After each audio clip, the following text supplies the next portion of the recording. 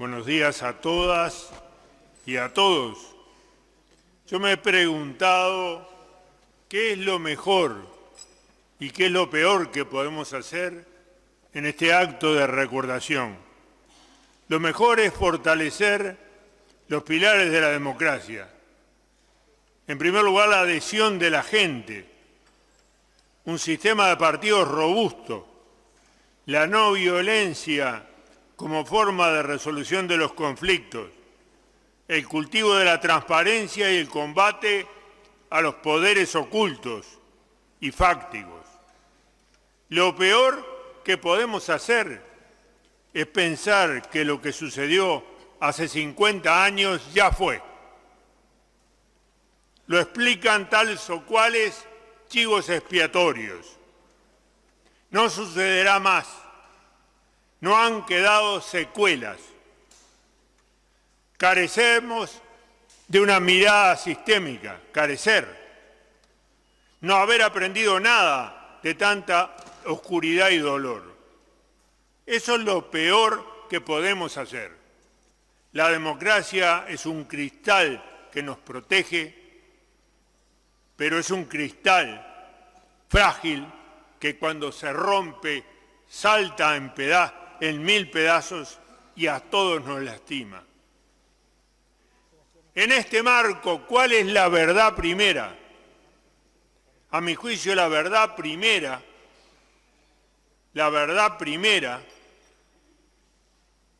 es que hay desaparecidos en este país aún. Por ello, la historia reciente es historia actual contemporánea, aunque haya pasado medio siglo. Por eso, los archivos de los victimarios no se pueden leer sin los archivos de las víctimas que están en los expedientes judiciales. No se cumplió con el compromiso asumido en la CONAPRO el 26 de octubre de 1984 en cuanto a la verdad y a la justicia. La verdad segunda que quiero expresar es que el golpe de Estado cívico-militar, reitero, cívico-militar, fue el 27 de junio de 1973, como hoy lo ratificamos, y no el 9 de febrero. Esta posverdad, funcional a determinadas miradas, no resiste el análisis. No hubo ni siquiera una reunión del Parlamento en aquellas circunstancias. Muchos se equivocaron, incluso dentro de nuestro partido. Pero Carlos Quijano no se equivocó y Aguirre González no se equivocaron.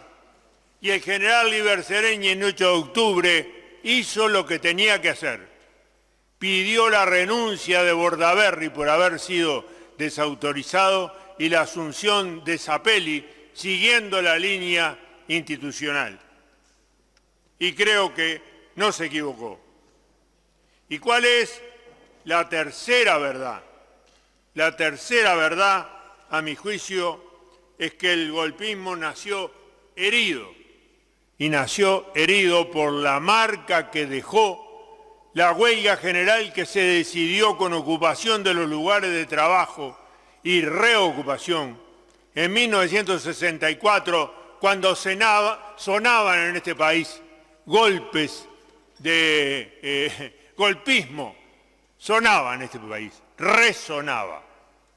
Ya venía desde fines de la década del 50 y en realidad en el 64, la Buceca y todo lo demás, allí estuvo. Yo creo que esta es la tercera verdad. ¿Cuál es la cuarta verdad? Que la democracia no podía resistir el embate a 5 puntas que la despedazaron. No podía resistir la crisis económica, social y política. Porque los partidos tradicionales estaban muy malheridos, a mi juicio, en esa circunstancia y porque el sistema de gobierno era extremadamente complicado.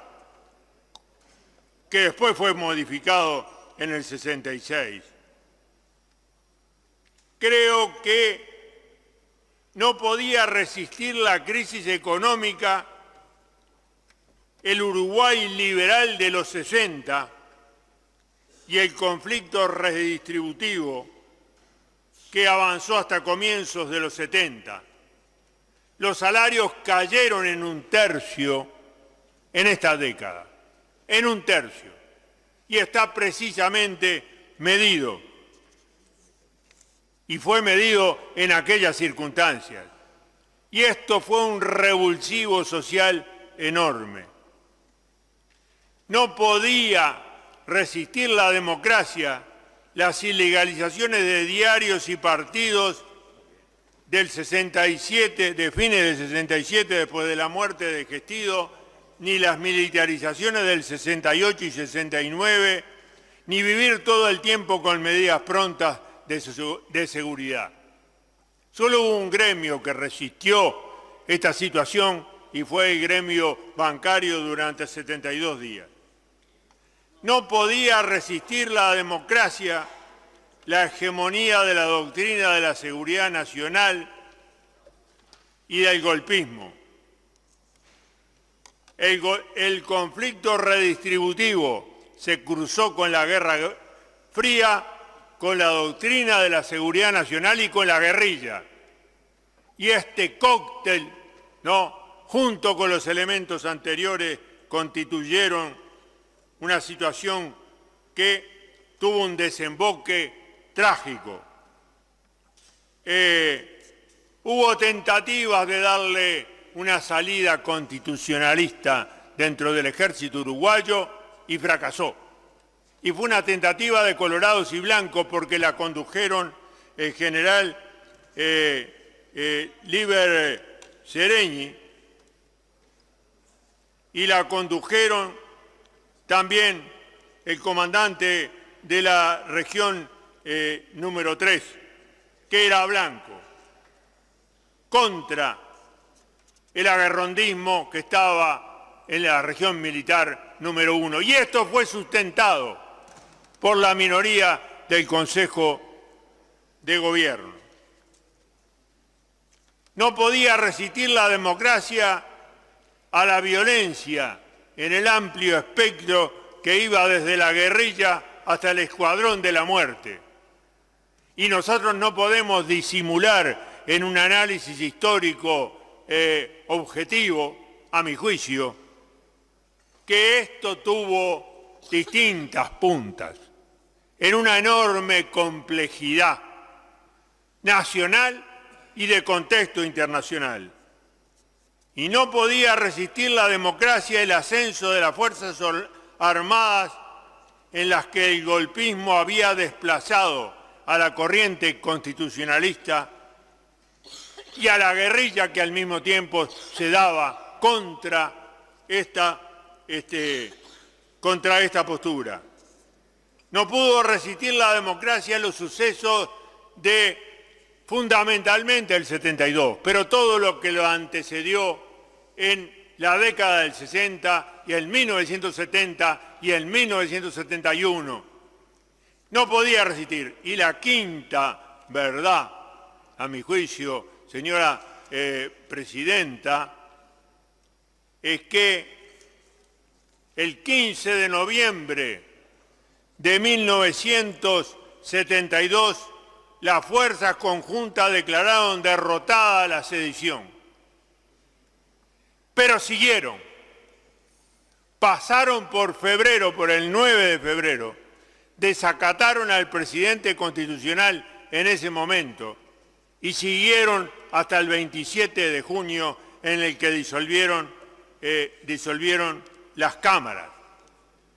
Y por lo tanto la quinta verdad es que después se instauró, aunque tuvo antecedentes en el periodo anterior, el terrorismo de Estado. Y que los uruguayos vivimos bajo el terrorismo de Estado, con todo lo que significó en materia de desapariciones, de muertes, de exilio, de tortura y de el resto de las cosas más abominables que podamos pensar y concebir. Y que esto lo soportaron todos los partidos, en mayor grado o en menor grado. Y que hubo partidos que tuvieron sectores que coparticiparon de este proceso golpista, pero que no fueron su mayoría.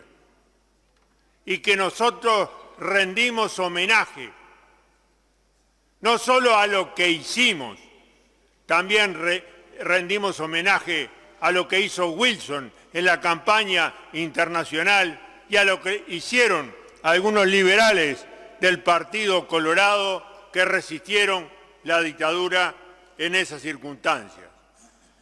Y en este marco queremos decir que la lucha contra el terrorismo de Estado tuvo una salida y que esa salida tuvo como fuente y como punto de apoyo fundamental la movilización de la gente y la resistencia de los ciudadanos uruguayos que no admitieron nunca admitieron el trauma cultural y la quiebra de la tradición democrática que habían asimilado a lo largo de muchas décadas en nuestro país.